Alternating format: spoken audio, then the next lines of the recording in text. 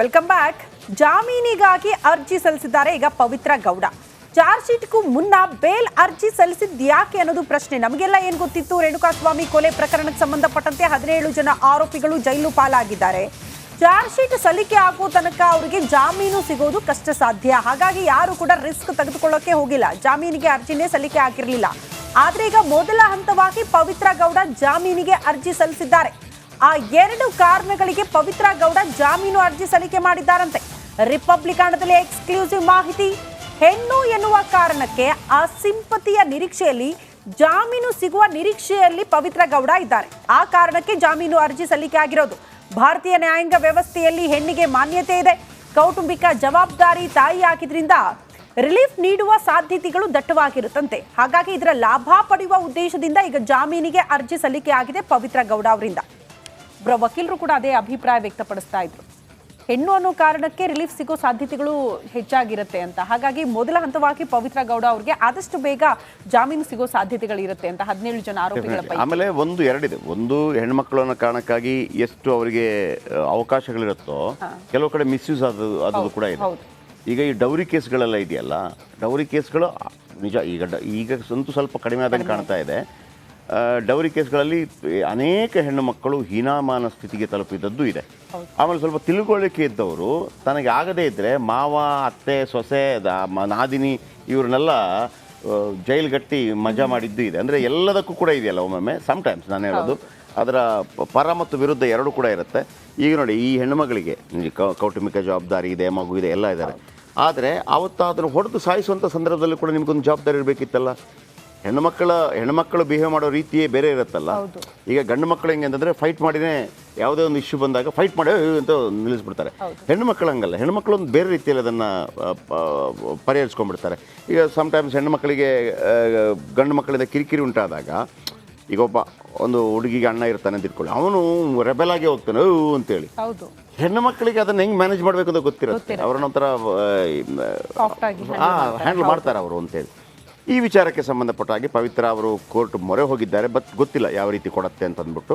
ಯಾಕಂದರೆ ಭಾಳ ಕೊಲೆ ಕೇಸ್ ಆಗಿರೋ ಕಾರಣಕ್ಕಾಗಿ. ಉಳಿದೆಲ್ಲ ಕೇಸ್ಗಳಲ್ಲಿ ಸ್ವಲ್ಪ ಫ್ರೀ ಬಿಟ್ಟುಬಿಡ್ತಾರೆ, ಇಲ್ಲ ಅಂತಲ್ಲ. ಆದರೆ ಕೊಲೆ ಕೇಸಲ್ಲಿ ಆಮೇಲೆ ಇದೊಂದು ರೀತಿಯ ಷಡ್ಯಂತ್ರದ ಕೊಲೆ, ಕರೆದು ಹೊಡೆದು ಒಂದು ರೀತಿಯಲ್ಲಿ. ಆಮೇಲೆ ಕೊಲೆ ಆರೋಪ ಈಗ ಹಳೆ ವೈಷಮ್ಯ ಇತ್ತು, ಅವನು ಯಾರನ್ನೋ ಕೊಂದಿದ್ನಂತೆ, ಅದಕ್ಕಾಗಿ ನಾನು ಕೊಂದಿನಂತೆ, ಅದು ಬೇರೆ ವಿಚಾರ. ಒಂದು ಮೆಸೇಜ್ ಕಳಿಸಿದ್ರಂತೆ, ಮೆಸೇಜ್ ಈಗ ಎಲ್ಲ ಹೆಣ್ಮಕ್ಳಿಗೆ ಬರುತ್ತೆ ರೀ ಅಂತ ಗಲೀಜ್ ಮೆಸೇಜು, ಕೆಟ್ಟ ಮೆಸೇಜು ಸುಮ್ಮನೆ ಆದರೂ ಬಂದಿರ್ತವೆ. ಕೆಲವರಿಗೆ ಅದನ್ನು ಹೆಂಗೆ ಹ್ಯಾಂಡಲ್ ಮಾಡಬೇಕು ಗೊತ್ತಿರ್ತವೆ, ಕೆಲವರು ಇಗ್ನೋರ್ ಮಾಡಿ ಬಿಟ್ಟಿರ್ತಾರೆ, ಕೆಲವರು ಅದನ್ನು ಕೇರೆ ಮಾಡೋದಿಲ್ಲ. ಆಮೇಲೆ ಆ ಕಡೆಯಿಂದ ಮೆಸೇಜ್ ಮಾಡ್ತಾ ಇರೋರು ಅಷ್ಟೇ, ಕೊನೆಗೆ ಅದನ್ನು ನಿಲ್ಲಿಸ್ಬಿಡ್ತಾರೆ. ಇದಾಗೋದಿಲ್ಲಪ್ಪ ಅನ್ನೋ ರೀತಿಯಲ್ಲಿ ಇರುತ್ತದೆ. ಸೊ ಸಹಜ. ಏನಿವೆ ನೋಡೋಣ. ಇನ್ನು ಜೈಲಲ್ಲಿ ನರಳಿ ಬೆಂಡಾಗಿರೋ ಪವಿತ್ರ ಗೌಡ ರೋಸಿ ಹೋಗಿದ್ದಾರೆ. ಪರಪ್ಪನ ಅಗ್ರಹಾರದಲ್ಲಿ ಆಚೆ ಹೋದ್ರೆ ಸಾಕಪ್ಪ ಅಂತ ಜಾಮೀನಿಗಾಗಿ ಕೋರ್ಟ್ ಮೊರೆ ಹೋಗಿದ್ದಾರೆ. ಈ ಕುರಿತ ಒಂದು ರಿಪೋರ್ಟ್ ಇದೆ, ಬನ್ನಿ ನೋಡ್ಕೊಂಡು ಬರೋಣ.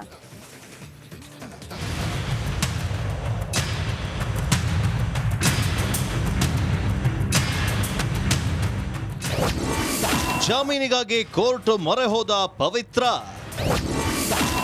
ದರ್ಶನ್ಗಿಂತ ಮೊದಲೇ ಬೇಲ್ಗಾಗಿ ಅರ್ಜಿ ಸಲ್ಲಿಕೆ.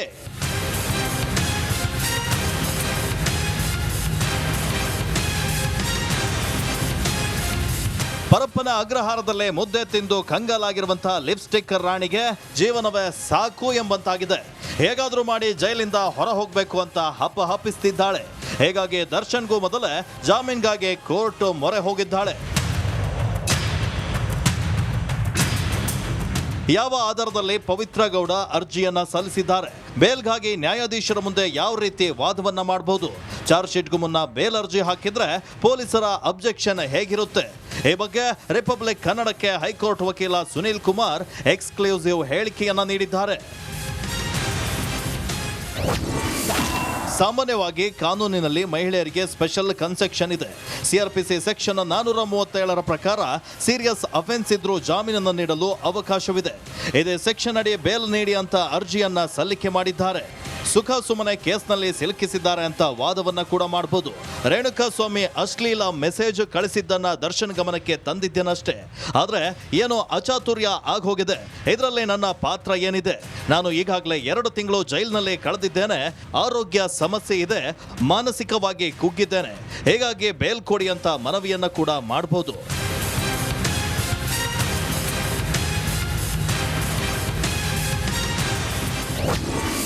ಚಾರ್ಜ್ ಶೀಟ್ಗೂ ಮುನ್ನ ಬೇಲ್ ಅರ್ಜಿಯನ್ನ ಸಲ್ಲಿಸಿದ್ರೆ ಪೊಲೀಸರು ಅಬ್ಜೆಕ್ಷನ್ ಅನ್ನ ಹಾಕ್ತಾರೆ. ಬೇಲ್ ನೀಡಲು ಪ್ರಬಲವಾಗಿ ವಿರೋಧವನ್ನ ಕೂಡ ಮಾಡ್ತಾರೆ. ಚಾರ್ಜ್ ಶೀಟ್ ಸಲ್ಲಿಕೆಯ ವೇಳೆ ಅವರ ಪುನರ್ ಹೇಳಿಕೆ ಕೂಡ ಬೇಕಾಗಿರುತ್ತೆ. ಬೇರೆ ಆರೋಪಿಗಳ ಉತ್ತರಗಳಿಗೆ ಕ್ರಾಸ್ ಚೆಕ್ ಅನ್ನ ಮಾಡಿಸಬೇಕು. ಹೊರಗೆ ಬಂದ್ರೆ ಸಾಕ್ಷಿಗಳ ಮೇಲೆ ಪ್ರಭಾವ ಬೀರುವ ಸಾಧ್ಯತೆ ಇದೆ. ಬೇಲ್ ಸಿಕ್ಕರೆ ಸಾಕ್ಷಿಗಳಿಗೆ ಹಣದ ಆಮಿಷವನ್ನ ಒಡ್ಡುವ ಸಾಧ್ಯತೆ ಇದೆ. ಇತರೆ ಆರೋಪಿಗಳು ಕೂಡ ಜಾಮೀನಿಗಾಗಿ ಅರ್ಜಿಯನ್ನ ಸಲ್ಲಿಸಬಹುದು. ಹೀಗಾಗಿ ಕೇಸ್ ದಿಕ್ಕು ತಪ್ಪುವ ಸಾಧ್ಯತೆ ಇದೆ ಅಂತ ಪೊಲೀಸರು ಅಬ್ಜೆಕ್ಷನ್ ಹಾಕ್ತಾರೆ.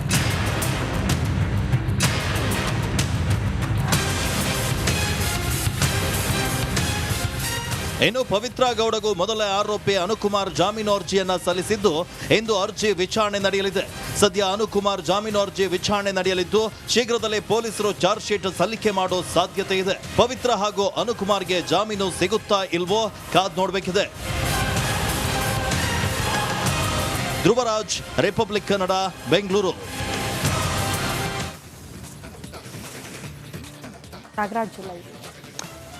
ಓಕೆ, ಇದರ ಬಗ್ಗೆ ಇನ್ನಷ್ಟು ಹೆಚ್ಚಿನ ಮಾಹಿತಿ ಕೊಡ್ತಾರೆ ನಾಗರಾಜ್. ಏನೆಲ್ಲ ಅವಕಾಶಗಳಿದೆ ಇಲ್ಲಿ? ಕೆಲವು ಪಾಯಿಂಟ್ಗಳನ್ನು ಹಾಕಿದ್ದಾರೆ. ಕಾನೂನಿನ ಮಹಿಳೆಯರಿಗೆ ಸ್ಪೆಷಲ್ ಕನ್ಸೆಷನ್ ಇದೆ. ಸೆಕ್ಷನ್ 437 ಪ್ರಕಾರ ಸೀರಿಯಸ್ ಅಫೆನ್ಸ್ ಇದ್ದರೂ ಬೇಲ್ಗೆ ಚಾನ್ಸ್ ಇದೆ. ಇದೇ ಸೆಕ್ಷನ್ ಅಡಿ ಬೇಲ್ ನೀಡಿ ಅಂತ ಅರ್ಜಿ ಸಲ್ಲಿಕೆ ಮಾಡಬಹುದು. ಸುಖಾಸುಮ್ಮನೆ ಕೇಸಲ್ಲಿ ಸಿಲುಕಿಸಿದ್ದಾರೆ ಅಂತ ವಾದಿಸ್ಬೋದು. ಅದು ಮಾಡೋಕ್ಕೆ ಬರಲ್ಲ. ರೇಣುಕಾಸ್ವಾಮಿ ಅಶ್ಲೀಲ ಮೆಸೇಜ್ ಬಗ್ಗೆ ದರ್ಶನ್ ಗಮನಕ್ಕೆ ತಂದಿದ್ದೆ. ನಾನು ಈಗಾಗಲೇ 2 ತಿಂಗಳಿಂದ ಜೈಲಲ್ಲಿ ಕಳೆದಿದ್ದೇನೆ. ಆರೋಗ್ಯ ಸಮಸ್ಯೆ ಇದೆ. ಮಾನಸಿಕವಾಗಿ ಕುಗ್ಗಿರುವ ಬಗ್ಗೆ ವಾದ. ಬೇಲ್ ಕೊಡಿ ಅಂತ ಪವಿತ್ರ ಗೌಡ ಮನವಿ ಮಾಡ್ಬೋದು. ಆಮೇಲೆ ಚಾರ್ಜ್ ಶೀಟ್ಗೂ ಮುನ್ನ ಬೇಲ್ ಅರ್ಜಿ ಸಲ್ಲಿಸಿದರೆ ಅಬ್ಜೆಕ್ಷನ್ ಹಾಕ್ತಾರೆ. ಪೊಲೀಸರು ಬೇಲ್ ನೀಡಲು ಪ್ರಬಲವಾಗಿ ವಿರೋಧ ಮಾಡ್ತಾರೆ. ಚಾರ್ಜ್ ಶೀಟ್ ವೇಳೆ ಅದನ್ನು ಪುನರ್ ಹೇಳಿಕೆ ಕೂಡ ಬೇಕಾಗುತ್ತೆ. ಬೇರೆ ಆರೋಪಿಗಳ ಉತ್ತರಗಳಿಗಾಗಿ ಕ್ರಾಸ್ ಚೆಕ್ ಮಾಡಿಸಬೇಕು. ಹೊರಬಂದರೆ ಸಾಕ್ಷಿಗಳ ಮೇಲೆ ಪ್ರಭಾವ ಬೀರೋ ಸಾಧ್ಯತೆ ಇದೆ. ಬೇಲ್ ಸಿಕ್ಕರೆ ಸಾಕ್ಷಿಗಳಿಗೆ ಹಣದ ಆಮಿಷಗಳು ಡ್ಯಾಶ್. ಓಕೆ, ಈಗ ಮಹಿಳೆ ಅನ್ನೋ ಕಾರಣಕ್ಕಾಗಿ ಅವಕಾಶಗಳಿದೆಯಾ? ಒಂದು ಕನ್ಸೆಷನ್ ಇದೆ. ಆದರೆ ಕೊಲೆ ಕೇಸಲ್ಲಿ ಅದು ಬರುತ್ತಾ? ಒಂದು ವೇಳೆ ಅದು ಸಿಗತ್ತೆ ಅಂತಾದರೆ ಇನ್ನೂ ಕೂಡ ಚಾರ್ಜ್ ಶೀಟ್ ಸಲ್ಲಿಕೆ ಆಗಿಲ್ಲ, ಅಥವಾ ಚಾರ್ಜ್ ಶೀಟ್ ಸಲ್ಲಿಕೆ ಆಗದೇ ಕೂಡ ಸಿಗತ್ತೆ ಅಂತಾದರೆ ಈ ಮೊದಲೇ ಇಂಥ ಪ್ರಯತ್ನವನ್ನು ಪವಿತ್ರ ಗೌಡ ಯಾಕೆ ಮಾಡಲಿಲ್ಲ? ನಾಗರಾಜ್.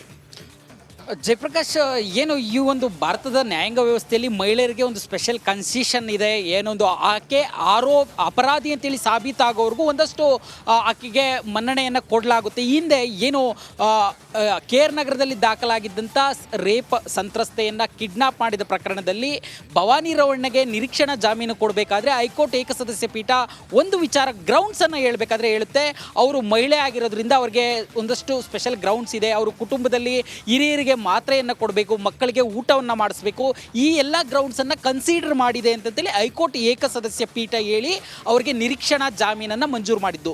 ಇದೇ ವಿಚಾರದಲ್ಲಿ ಮಹಿಳೆ ಅನ್ನೋ ಸಿಂಪತಿಯನ್ನು ಗಿಟ್ಟಿಸಿಕೊಂಡು ಈ ಒಂದು ಜಾಮೀನಿಗೆ ಪವಿತ್ರ ಗೌಡ ಅರ್ಜಿಯನ್ನು ಹಾಕಿರ್ತಕ್ಕಂಥದ್ದು ಒಂದು ಭಾಗ. ಆದರೆ ಇನ್ನೊಂದು ಏನು ಸದ್ಯಕ್ಕೆ ಚಾರ್ಜ್ ಶೀಟ್ ಆಗಿಲ್ಲ, ಸೆಷನ್ಸ್ ಕೋರ್ಟಲ್ಲಿ ಅವರಿಗೆ ಜಾಮೀನು ಸಿಗೋ ಸಾಧ್ಯತೆ ಕಡಿಮೆ ಇರೋದ್ರಿಂದ ಈಗಲೇ ಅರ್ಜಿಯನ್ನು ಹಾಕಿದ್ರೆ ಚಾರ್ಜ್ ಶೀಟ್ನಲ್ಲಿ ಏನೆಲ್ಲ ಆರೋಪಗಳನ್ನು ಉಲ್ಲೇಖಿಸಲಾಗಿದೆ, ಜೊತೆಗೆ ಅವರ ವಿರುದ್ಧ ಇರತಕ್ಕಂಥ ಸಾಕ್ಷಿಗಳು ಏನು ಅನ್ನೋ ಮಾಹಿತಿಯನ್ನು ವಿಚಾರಣೆ ನಡೆಯುವಂಥ ಸಂದರ್ಭದಲ್ಲಿ ನ್ಯಾಯಾಲಯಕ್ಕೆ ನೀಡಬೇಕಾಗುತ್ತೆ. ಈ ಒಂದು ಅಂಶಗಳು ಬೇಗನೆ ಅವರಿಗೆ ಡಿಫೆನ್ಸ್ ಲಾಯರ್ಸ್ಗೆ ಸಿಕ್ಕಿದ್ದೇ ಆದರೆ ಮುಂದಿನ ಅಂದರೆ ಹೈಕೋರ್ಟ್ಗೆ ಹೋದಾಗ ಅಲ್ಲಿ ಕಾನೂನು ಹೋರಾಟವನ್ನು ಯಾವ ರೀತಿ ಮಾಡ್ಕೊಳ್ಬೇಕು ಅನ್ನೋದಕ್ಕೆ ಒಂದಷ್ಟು ಸಮಯಾವಕಾಶ ಬೇಗನೆ ಸಿಗೋದ್ರಿಂದ ಈ ಉದ್ದೇಶಗಳಿಂದ ಈ ಒಂದು ಜಾಮೀನು ಅರ್ಜಿಯನ್ನು ಸಲ್ಲಿಕೆ ಮಾಡಲಾಗಿದೆ ಅಂತೇಳಿ ಸದ್ಯಕ್ಕೆ ವಿಶ್ಲೇಷಣೆ ನಡೀತಾ ಇರತಕ್ಕಂಥದ್ದು. ಜಯಪ್ರಕಾಶ್.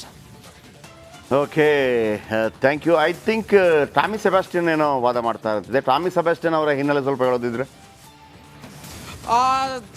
ಅದು ಒಂದು ಮಿಸ್ಲೀಡ್ ಆಗಿರತಕ್ಕಂಥದ್ದು. ರೇನಿ ಸೆಬಾಸ್ಟಿಯನ್ ಅಂತೇಳಿ ಒಬ್ಬ ಮಹಿಳಾ ವಕೀಲೆ ಈ ಒಂದು ಪ್ರಕರಣದಲ್ಲಿ ಜಾಮೀನು ಅರ್ಜಿಯನ್ನು ಸಲ್ಲಿಕೆ ಮಾಡಿರ್ತಕ್ಕಂಥದ್ದು. ಜಯಪ್ರಕಾಶ್. ಓಕೆ, ಟಾಮಿ ಸೆಬಾಸ್ಟಿಯನ್ ಅಂದರೆ ಭಾಳ ಕ್ರಿಮಿನಲ್ ಲಾಯರ್, ಭಾಳ ಪ್ರಖ್ಯಾತ ಲಾಯರ್.